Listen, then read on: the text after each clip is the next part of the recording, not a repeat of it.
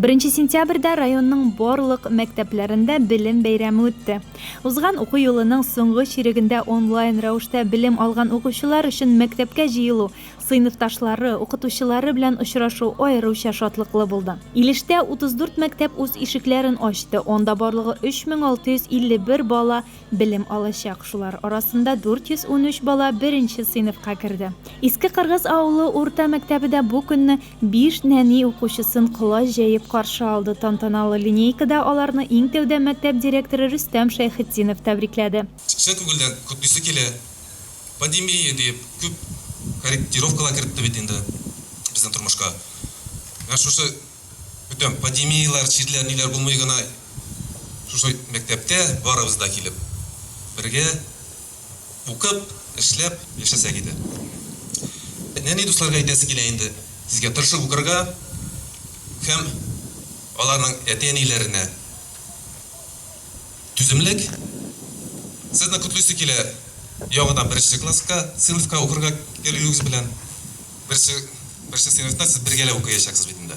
Үзенең изге теләкләрен укучыларга, укытучыларга, ата-аналарга район хакимияте башлыгы Илдар Мустафин да юллады. Тырыш хезмәтләре, актив булулары өчен рәхмәт хатлары белән укытучылар Светлана Шәйхетдинованы, Венера Вәлиеваны, 9 класс укучыларын Руслан Фаукаевны, Алмаз Сабирҗановны бүләкләде. Рөхсәт итегез миңа. Сезнең издә барлык Илеш районының 1-нче мәртәбә мәктәпкә килүчеләр.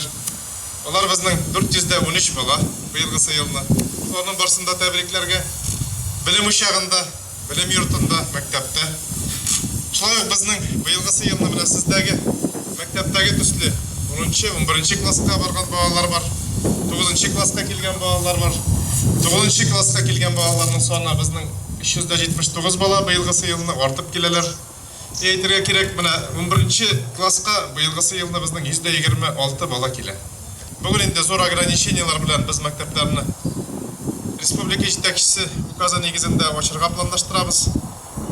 Монда инде социаль дистанцияда родительләрне кертмәүдә, балаларны дөрес итеп переменага чыгаруда, кыска вакытлы тәнәфисләр һәм дәресләр булырга мөмкинлеге дә барсы да сезгә җиткерелгәндер. Менә шушы таләпләр буенча тәрбия һәм уку белемен бирсәгез иде, хөрмәтле укучылар, балаларга. Бүген бик зур шатлык. Балаларны бүген матур итеп менә шулай киендереп, галстуклар тактырып, бантиклар бәйләп, үстереп, шушы көнгә җиткереп карап тору.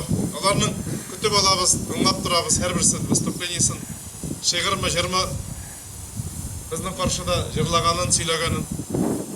Теләсе килә аларга югары әйбәт белем бирүегезне.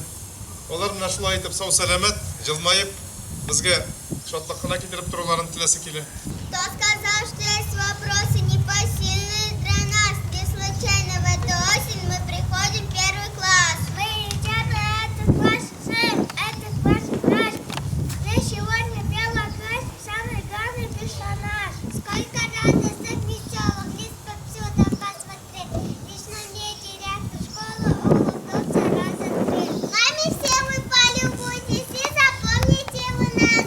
Обещаем, самым лучшим будет в школе 1 класс.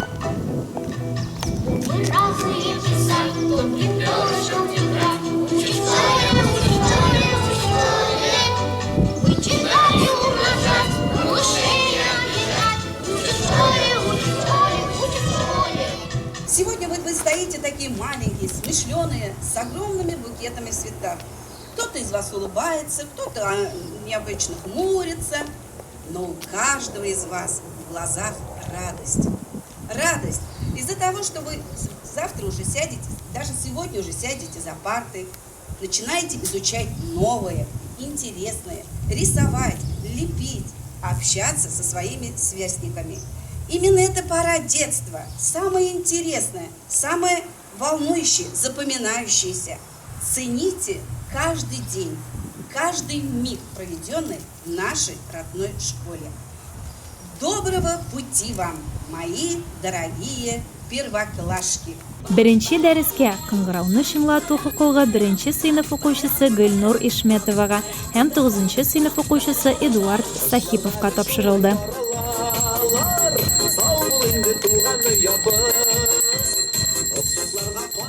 Кыңгыра тавышын ишетү белән кичәге нәниләр, бүгенге укучылар, беренче укытучылары Зәлифә Данив кызы озатуында белем иленә юл тотты. Тәүге дәресенә кереп китте.